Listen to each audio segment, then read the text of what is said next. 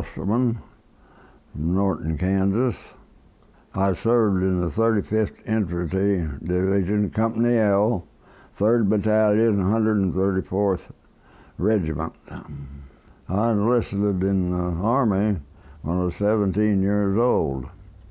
Took basic training at Fort Hood, Texas, in the engineers.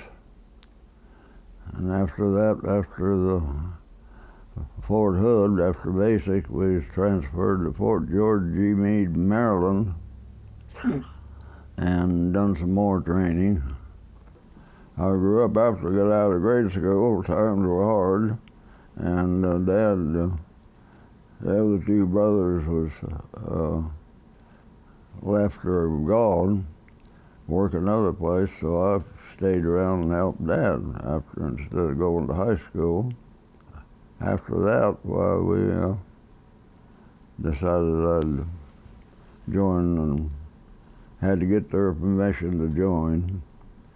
That's when I was 17.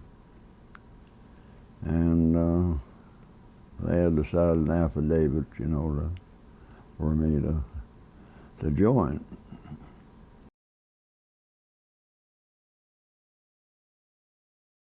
None of them enlisted. Most of them went to high school. And of course then they were drafted later on, and due to the large losses in Europe. They just had to have more men, so a lot of them kids, that was probably in their sophomore year, senior years, some of them got drafted. Somebody had to serve.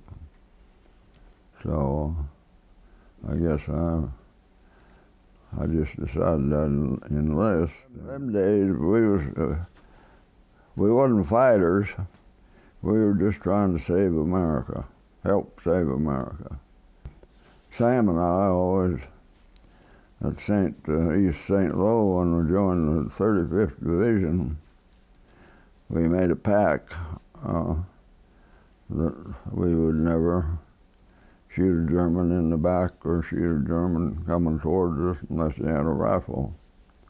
And we found out later on you never have a nightmare after that, because if you shoot somebody in the back, that's murder. We wasn't in the business of being murderers. We was in the business trying to save the USA.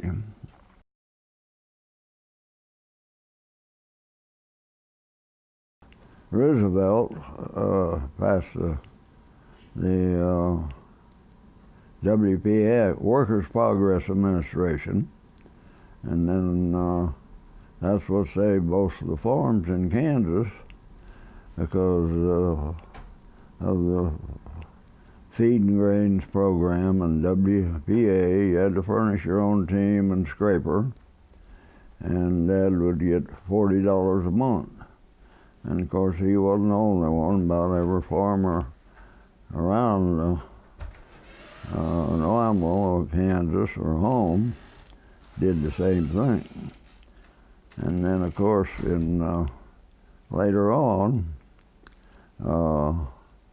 they come out with a National Youth Administration, NYA, and of course that was for us kids. And I remember I was 14 years old and got to work at Noamo, helped build the Noamo, Kansas Hall with nothing but NYA kids. And we made $17 a month. We really thought we was millionaires, really. And of course that eventually ended too when we got done with the hall. But the WPA, Workers' Progress, they curbed and guttered most of the streets in Noamo too. That was under WPA project. And dams were built. Farmers built dams, got help. So what it done, it really saved the farming in northwest Kansas. Two good programs. And a lot of help was received. Most of the farmers would have went broke. They couldn't have paid their taxes. It wouldn't have been for the WPA. And there were jobs here in Norton too, for the boss jobs, in other words, staffing, stuff like that. And it was just a good program, period.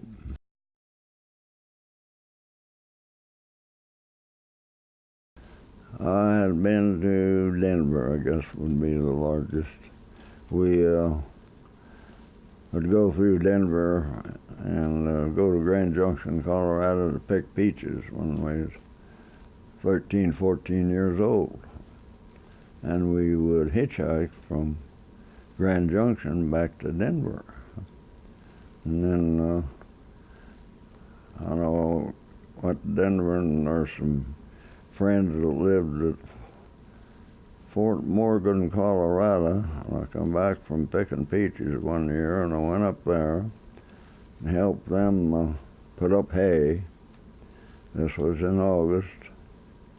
And finally the rattlesnakes run me out.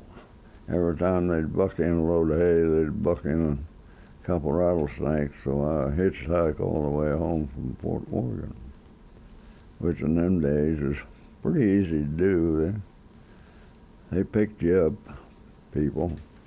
Wasn't all the crime and whatnot that's going on now.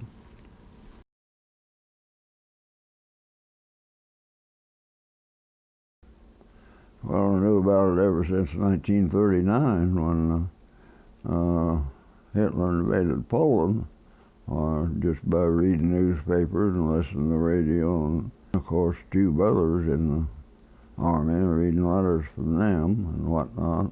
Brother Carl, he was 3 years older, and the oldest brother Rex would have been, he was born in 17, so he would have been 8 years older.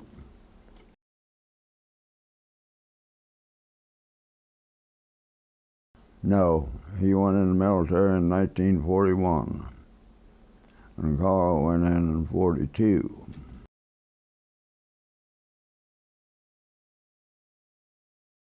No, never did. Think that we'd go to war over Germany, but of course then along come Pearl Harbor, and that changed everything.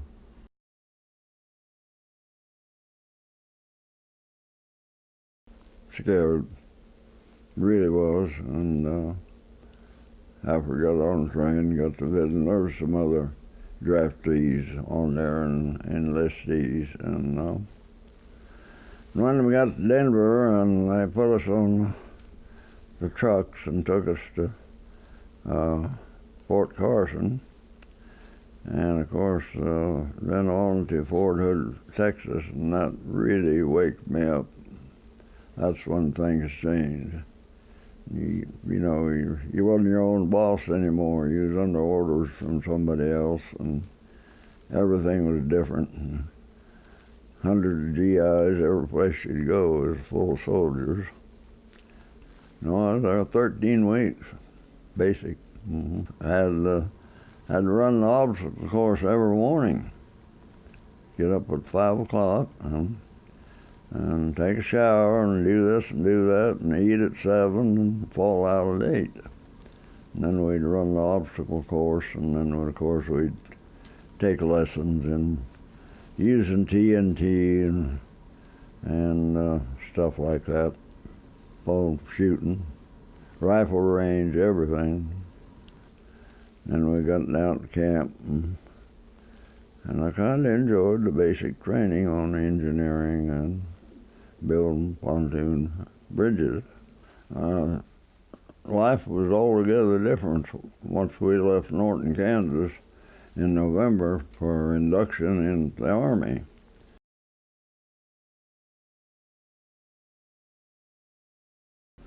Well, it was different. I was trained to Wichita, and then I took a bus to come home with the folks for 10 days, and after that come to Norton and took a Rock Island rocket to Washington, D.C. for Fort George G. Meade, Maryland. Let's put it that way. But still, the old friends were still around, you know, and they still going to school. And it was different, no doubt about it.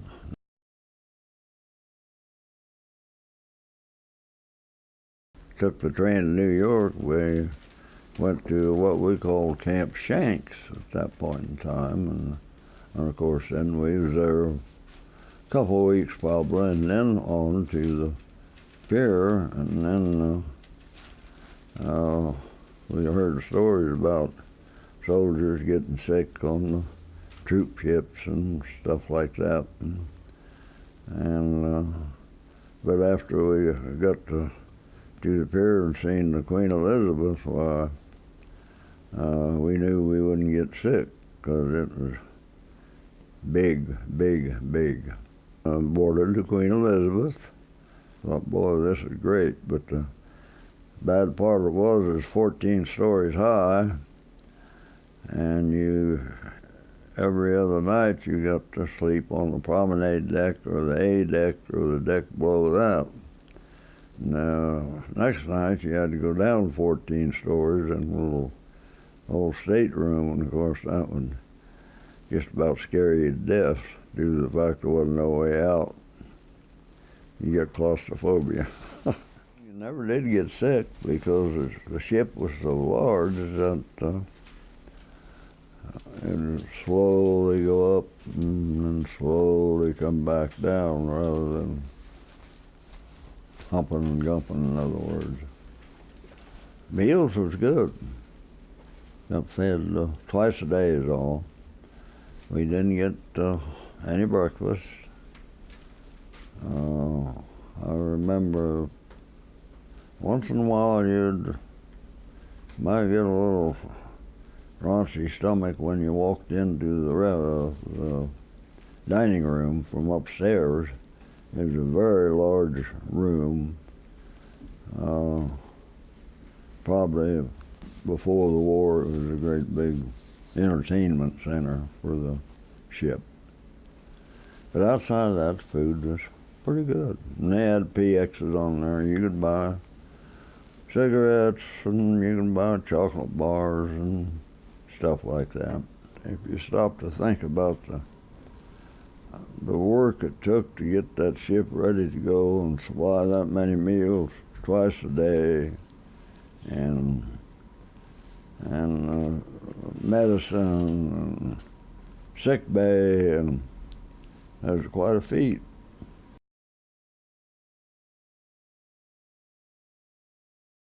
There had to be around 10,000 with their, which was, they just more or less stacked, you know. I remember coming home on the Queen Mary. Oh, they was really loaded there. And they could load more because you didn't have the equipment that they had when we went over.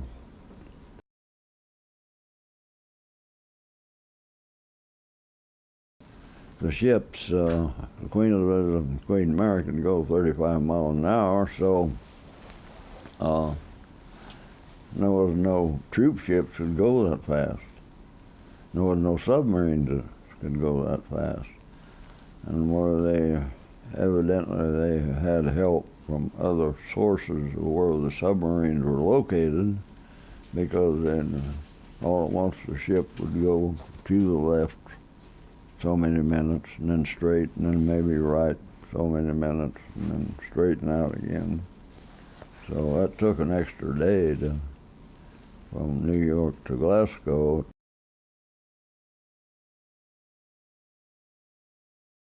Daylight, you know, we disembarked about 8 o'clock in the morning. Oh, a beautiful place. And England's a beautiful place, you know, also, and yeah, that was the largest town I've seen outside of New York, was Glasgow, Scotland. We went from Queen Elizabeth to train stations, and we billeted overnight one night, and then got on a train, another train. There were so many trains going back and forth to London, they had to run a lot of them, so we stayed at one night at the train station, and then got on a train and went direct to a tent city outside of London, what we called Tent City, because that's where we were billeted. I found out after we crossed Omaha Beach that we were going to a repo depot, and of course we was there 2 or 3 days, and then one night they called us all in and said, "You're all in here going to the infantry," and they started out with A's, and I was one of the first ones called and said, "You're going to the 35th Division, Company L, 3rd Battalion." So that's when I really found out I was in the infantry. And then they hand you an M1 rifle and a pack and blankets and whatnot, and you're in the infantry now. That was it. From then on, that's when I found out I was going to be in the infantry. I really wasn't surprised that we was going to be put in the infantry due to the fact they lost so many GIs at Omaha Beach. And the way we were training, and when they gave us the M1 rifles, we knew something was going on, but we really didn't know we was going to be in infantry until we got across the channel to a repo depot, and then where we went from there.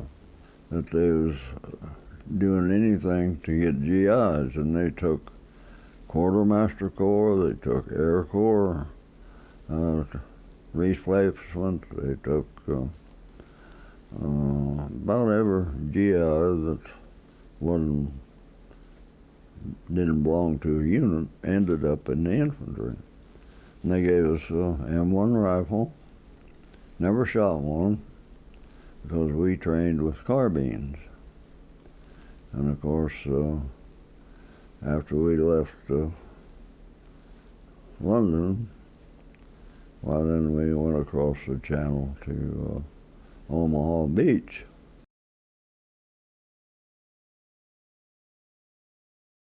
Yes. Yeah, well, I heard them from London themselves. You know, the people themselves in England. The people told us, GIs, what kind of atrocities was going on and what was happening to London, and of course we could see flashes of the bombs that hit London at night, you know, but really couldn't tell what was going on. Yeah, we set out in Channel. I got on board a troop ship going from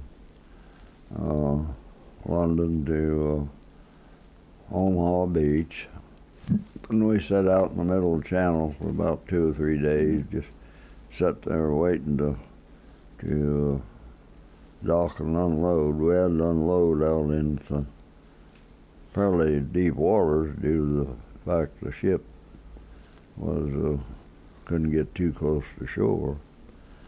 So they loaded us in boats, and we went in small boats and landed on Omaha Beach, which is still looked like the day before yesterday as far as the junk and stuff that was around there. GIs, uniforms, everything was, not the GIs, but GI uniforms, and a lot of soldiers' boots and rifles yet and stuff, but just a real mess, Omaha. So we knew then that one of these days we was going to hit the line in the infantry. Well, we just had a hell of a mess. Just had to start walking out in water. Water would be about waist deep, I guess, where they landed. And then walking up Omaha Beach was something else, looking at all the litter and what was there from the D-Day. And all the wounded and all the dead were taken up and gone. Yeah, just stuff that didn't matter. Old trucks, Jeeps, wrecked, blew up. They were still there. But outside of that, there wasn't no human life on Omaha Beach. How in the hell did I ever get into a mess like this? That was most of my thoughts. And I couldn't blame anybody except myself, so no use to think about it. Went to a repo depot, replacement depot. The Army called them, we call them repo depots, but actually the thing was replacement depot for soldiers waiting to be assigned to different units. That's where I met Sam, and when my name was called, there was a few others, but Sam was the next one. There's 5 of us that started out at Company L. Captain Brigandy, he was a Jew, and a young kid by the name of Lemieux, and Sergeant Pettit, and Dale Klein and myself. And we all went all through the war together. We'd all been hit in the hospital, but we all come home on the Queen Mary. 5 of us out of 1,400. Because the company turned over 7 times, and so it's been around.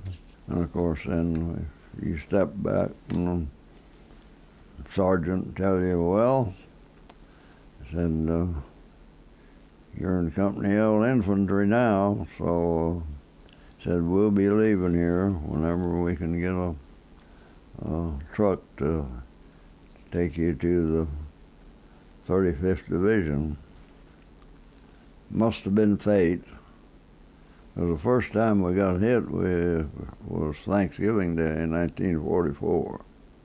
Had a big Thanksgiving dinner, and kitchen cook, he fixed turkey and dressing, had a hell of a meal, and jumped off about 5 o'clock to take a little town. And of course they started shelling us artillery, so I headed for a tree. And I got a tree under the tree, and I felt something go through my pack. Didn't think it was just like somebody tapped you on your back, in other words. And old Sam, he was running for the tree, and he got shot in his 4 buttocks, and then turned him around and knocked him down, and thought, my God, they killed Sam. Because it acted just like he died, the way he just made about 2 turns and fell flat. And pretty soon I looked up and said, what the hell happened? I said, I thought they killed you, Sam. And said, I don't know what happened. And he didn't, until the blood started running down his leg and getting wet. Then he felt that his rear end, and brought his hand around and it was all blood. About that time I was spitting up blood, and every time I'd exhale, and then I knew there was something wrong with my lung. And come to find out, we had a tree burst, and the shrapnel come straight down, went through my pack, and the whole works, and went into my lung. But I didn't even feel it. I didn't feel it go in my lung at all. It too wound up, I guess. We finally got to the hospital after the medic come along and put a rag around Sam's rear end and stuffed some kind of deal on my lung, right shoulder back there. And then they said, I gotta go over there and take care of those over there. They they can't walk or anything, so he said there's a Jeep coming down and picked those up, and did. Jeep come down from the north and picked 4 guys up, 2 on the front hood, 2 on the back, and got them all strapped in, and he told us when he left, said, I'll be back when I get to take care of the ones that can't walk. And so we just sat there and laid there and watched, and Jeep driver got in, started the Jeep and backed up, and his right rear tire, he had a teller mount, which was 13 pounds of TNT, and blew the Jeep into the air, probably 6-8 feet, turned it over and killed all 5 of them, the 4 wounded and the driver, and Sam and I just sat there and cried.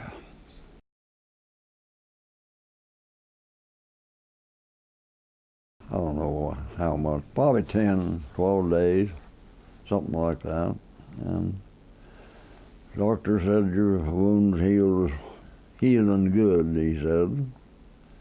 But there's Frank's holes, Sam's holes, they was pretty well covered up. And so we went back to the front. And wasn't very damn long we was back in the hospital again. Sam got shot in the leg and I got shot in the arm on some little town we was taken.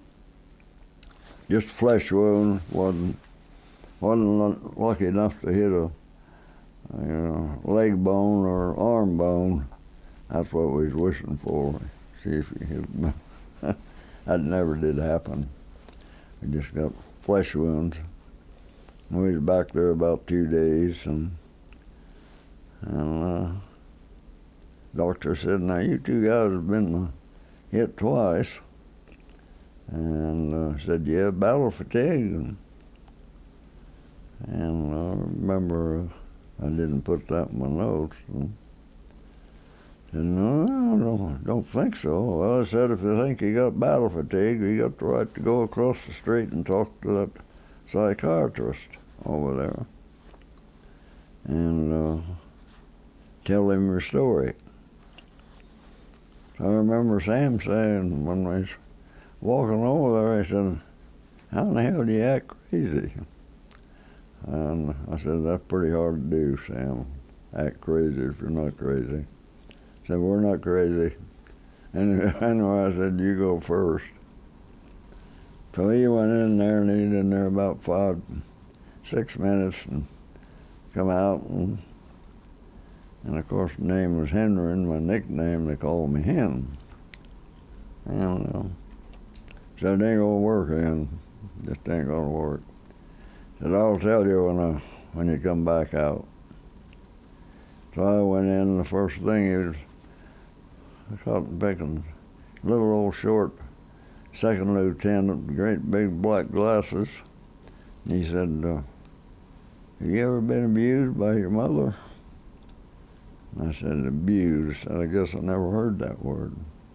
And I didn't. Hell, I was 17, 18 years old. I didn't know what the hell abused meant. I said, what's abused? And said, well, slapped around by your mom and dad. I said, Mom never did, but Dad gave me a good whipping once, set his wheat field on fire, and I said, I've never done that again.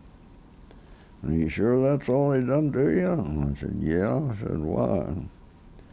Well, they said a lot of people have problems if they're abused as a child. I said, hell, I wasn't abused as a child. And he said, is that what the battle fatigue is abused and crazy? And he said, well, that's part of it. And I said, well, by that time I was so mad I could walk out. I said, I think you're the one that's crazy, Lieutenant. I'm leaving. And he said, well, you sure are. You're dismissed. You're going back to the front. And that ended that. I guess Sam told him about the same thing, because we knew we could get by with it. Back to the company. And we loaded up in trucks and went to Bastogne, Belgium. That was in December by that time. So. Oh, shit. Snowing, 20 above zero. The black guy, quartermaster corps done most of the driving, truck hauler. He stopped in the middle of nowhere along about midnight or sometime, don't know what time it was, and said, "This far as I go," said, "everybody out." Hell, we looked out and there wasn't nothing out there except trees and snow and blowing snow. And I said, "Well, where do we go from here?" He said, "That's your problem." I said, "I got to go back and get another load of troops." So he just turned around and went back, and that night I remember we tried to find something to build it in, didn't we? So we just took some twigs and built snowdrifts and got behind it. And of course, next night, we was in some abandoned buildings, but it was outside of the Bulge because the Germans was between us and the outskirts of Bastogne. That was our entrance into Bastogne, Belgium, or outskirts. See, the 101st Airborne Division was surrounded in Bastogne and surrounded by the Germans and couldn't get out. They run out of medicine, run out of food, and I know one thing, they run out of cigarettes because we did too, and so that was the beginning of the Battle of Bastogne, or in the middle of it anyway. The Battle of the Bulge, and the reason they call it the Battle of the Bulge, it started out real narrow, and then the Germans took Bastogne, and then they surrounded Bastogne, which made it bigger. And what their actual event was to take Antwerp, Belgium, so they were set up there. We had absolutely no troops, no equipment, no nothing at Antwerp, and that's where they was going to launch invasion of England from Antwerp, Belgium. That's why they called it the Battle of the Bulge, because the longer it went, the bigger it got, and then just bulged out. The next few days after we tried to break the lines, couldn't do it. And we couldn't get no air support, so what we was doing, we just more or less, most of the commanders, infantry commanders, said, "Hell, all we're doing is committing suicide, going out there, because we don't have no backup, we don't have no artillery or anything like that." And so they just kind of sat back and waited until the sun come out, and all hell broke loose. And first soldier I seen when we jumped off for the first time, don't remember where, don't remember when, but this soldier was evidently by the tree, and he got knocked down and sitting just like he was sitting down leaning up against a tree, but everything was going from the top of his eyes to the back of his head, and his eyes and cheeks and everything was still there, but his brains and everything that was on one of the first battles I was in. We walked down to Austerman, and that was about 6 miles south of Bastogne. When we was going by walking, we could see these humps to the right of us, and it snowed the night before, and we just thought these tree stumps, But it turned out when we got to Malmedy that was GIs that the Germans took prisoners and lined them up in platoon formations and then killed them all with machine guns. And there's I think 3 or 4 of them played dead, I guess, under their buddies, and made it to the woods and back to Malvern that night. They killed 189 GIs. I think it was first week of January that the sun come out and shined for one day, bright and shiny. And there was hundreds of fighters and P-47 jumbo jets carrying medicine, food, supplies, guns, whatnot, dropping it right into the 101st Airborne Division in Bastogne. And of course, strafing railroad where the Germans were on the outskirts of Bastogne. And by that night, that was just about the end of the Battle of the Bulge, because then old General Patton, everybody heard about General Patton with his 2 pearl-handled revolvers. He was on the 2nd tank coming in from the southwest to Bastogne, and he caught a lot of flack over that from the other generals, I guess, but he was on the 2nd tank. We couldn't hardly believe that, but he was. And yeah, he's crazy for fighting. He was what you call a battlefield general. That's what he wanted to be. He wanted to fight. And of course, he's buried over in Luxembourg now, and I think outside of where my mom was born, right north of Grossberg, Luxembourg, is where General Patton's buried. But he's crazy for fighting. He just didn't think he'd get killed, and I guess he didn't. He died in a Jeep accident after the war, when he died from. So started east to Cologne, Germany. And the next big battle was going to be Cologne, but it turned out it wasn't. We were somewhere down south, I know. We got in some trucks, went back north, and was sitting in some little old town waiting. We had to walk 14 miles, I remember that, to get to the west of the Rhine River, banks of the west of the Rhine River. And we got there, and the English were building a pontoon bridge across the river, and there was fighters fighting up above us, B-17 dropping bombs. And they dropped some at night too. And I know we were sitting there on our west side of the Rhine River, and the GIs were getting hit in the legs, with flak. Damn much flak in there, just falling down, hitting. So we stood up most of the time. That cut our chances of getting hit. You had that much to get hit where you could shrink it like that, see. So remember, we stood up a lot of the night. And 6 o'clock in the morning, we had our K-ration, and thought we was going to have one hell of a battle.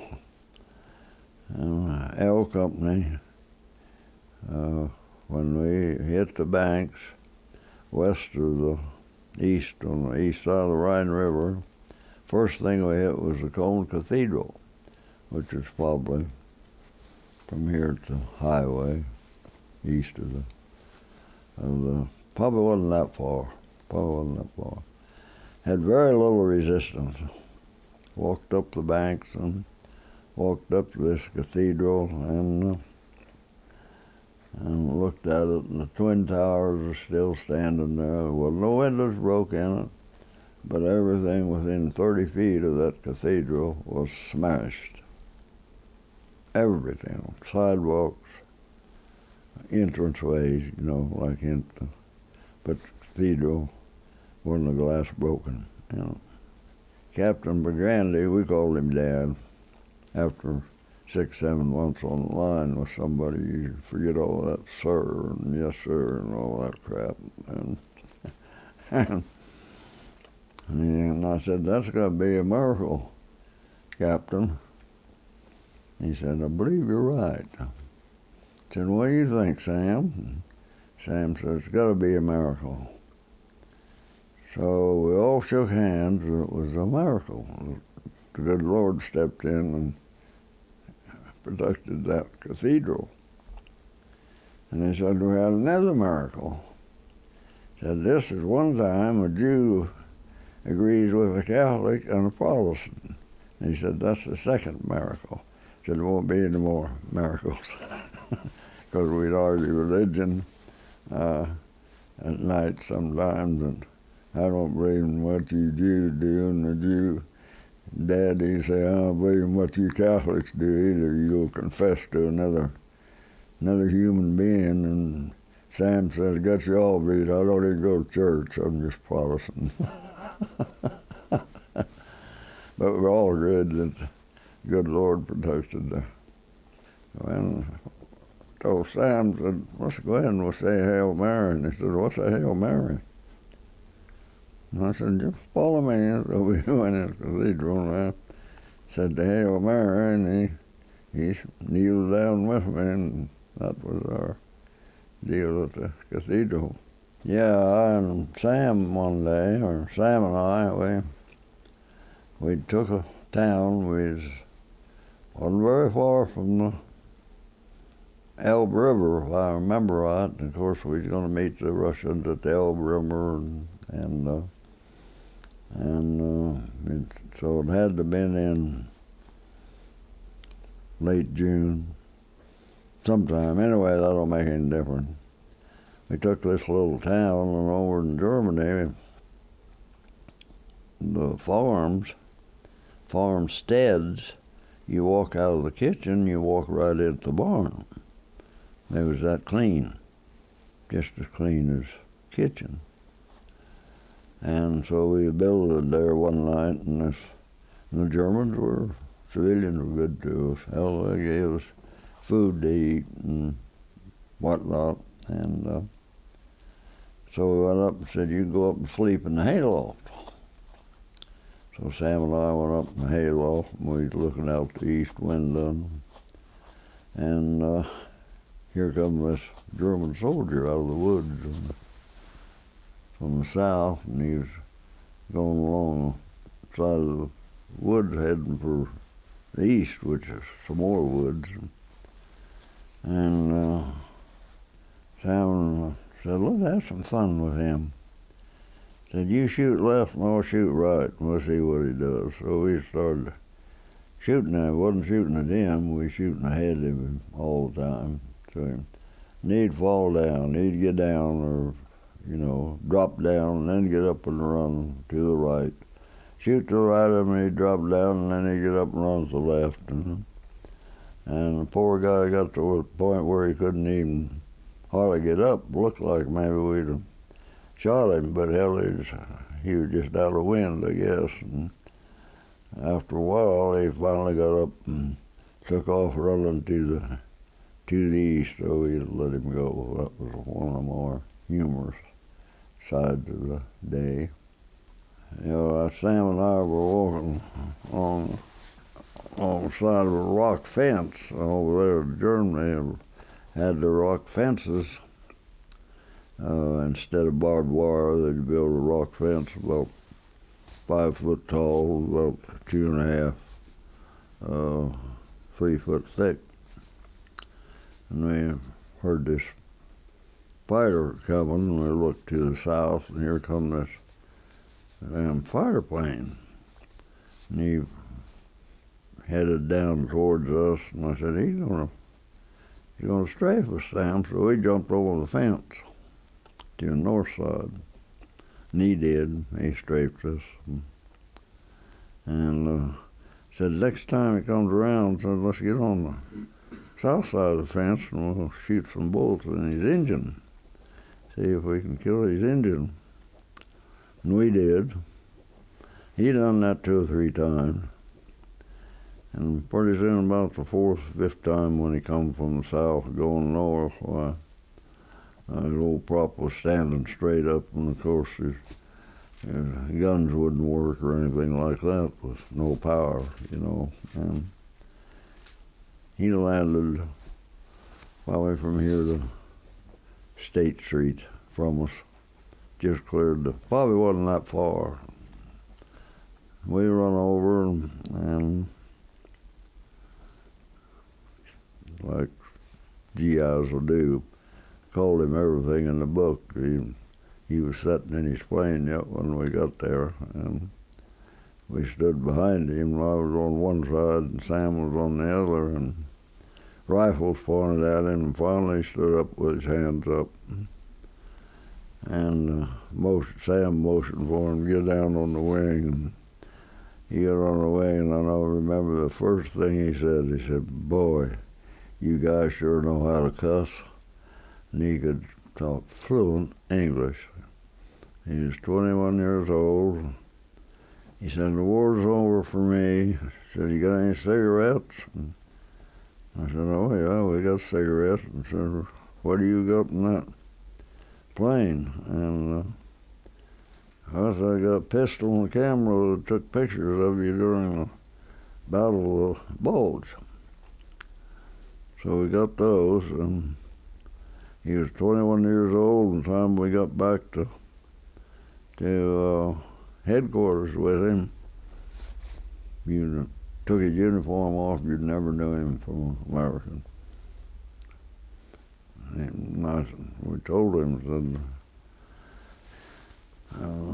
can't hardly believe about dropped dead when he said, "Boy, you guys sure know how to cuss." And he said, "Well, I know all the slang." He said, "I can tell you won the World Series last year."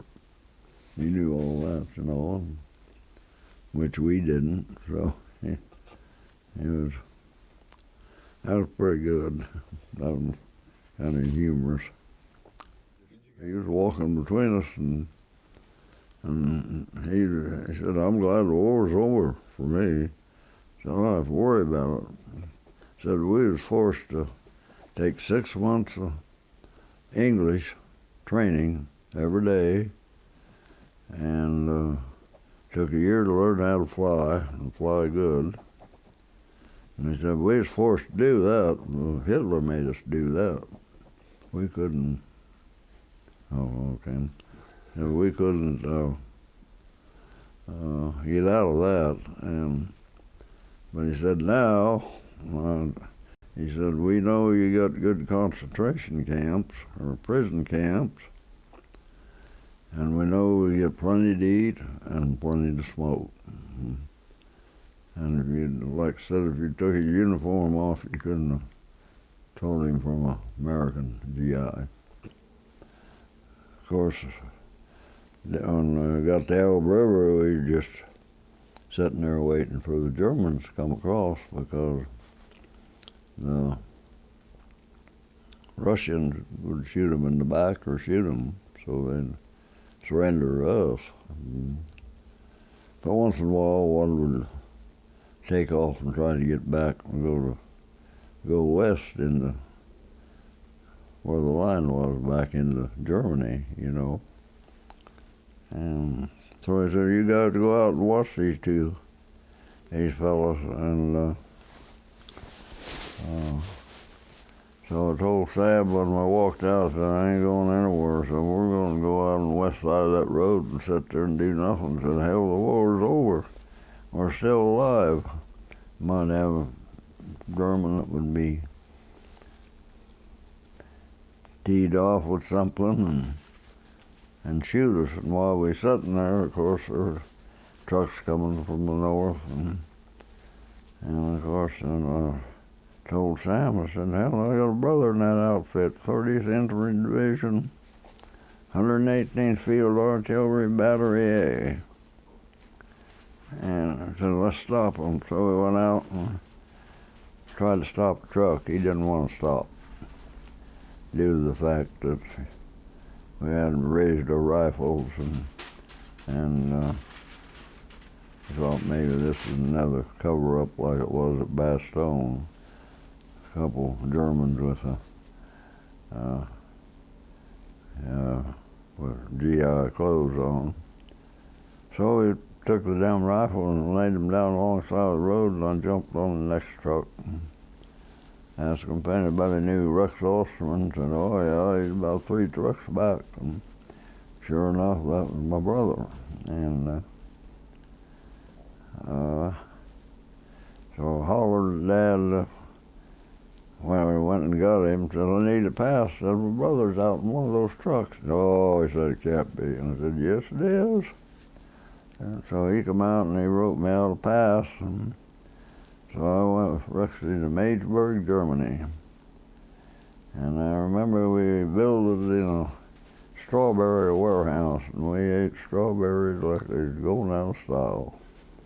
And they took me back to Company L 3 days later, and war wasn't over in Japan yet, but it was over in Europe, and we were supposed to have a 30-day delay en route in the United States, and then head for Frisco, and then land on Japan mainland. I told Sam, I said, well, we'll never make it.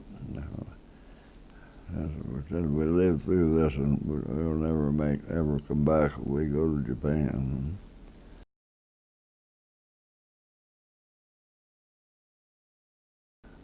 Just what we read in Stars and Stripes. You know, they were hellish fighters, I guess. So we knew that. And you know, we'd had landing like the Omaha Beach or something like that on the shores of Japan. So we just knew in our hearts we wouldn't be back, period. And so anyway, Truman dropped the bomb, and we didn't even know that. I asked Captain McGann, he said, well, how in the hell are they going to destroy a whole town? Because that's what he told the Japanese, that we're going to destroy one town. Well, he said it must be going to get about 100 bombers together and just bomb them to death. But it turned out it was the atomic bomb, you know. So, of course, about a week or so later, in early August, I forget when it was, well, then Truman dropped the bomb, and that ended the war. And so then we on our way home.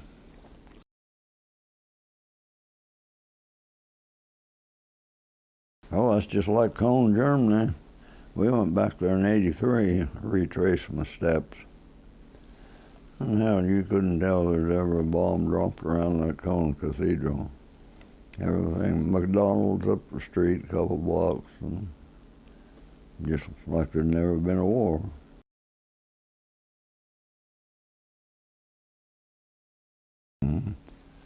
Got back home out of discharge. It's 2 years today that I enlisted. Well, it looked a lot better than what we'd been seeing, and glad to be there, and lucky to be there.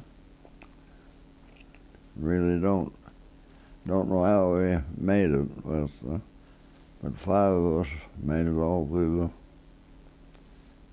what time we was online. I was online probably 6 to 8 months, and in the hospital probably a month or so at a time. But how we done that, I don't know. It's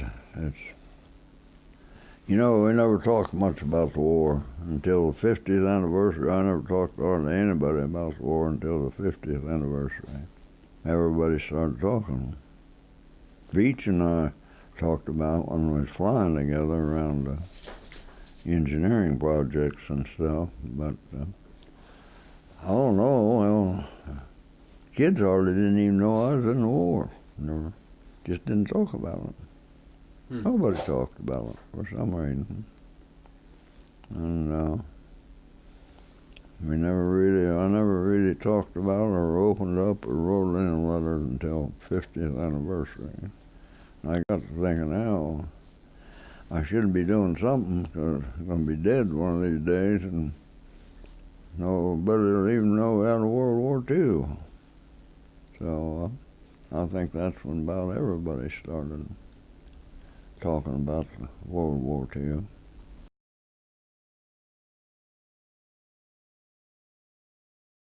Say, if it's a genuine number one threat to the America, to the United States, then they better get with it and help fight for it. That's what I would say. Now, for these being policemen in all the foreign countries, I don't buy that. We got enough problems right here at home. We're not taking care of them. We're taking care of the foreign countries. So, but I would tell any high school kid that if it's a direct threat and you know it's going to be either exist or coexist or not exist, then you better step up and do something about it.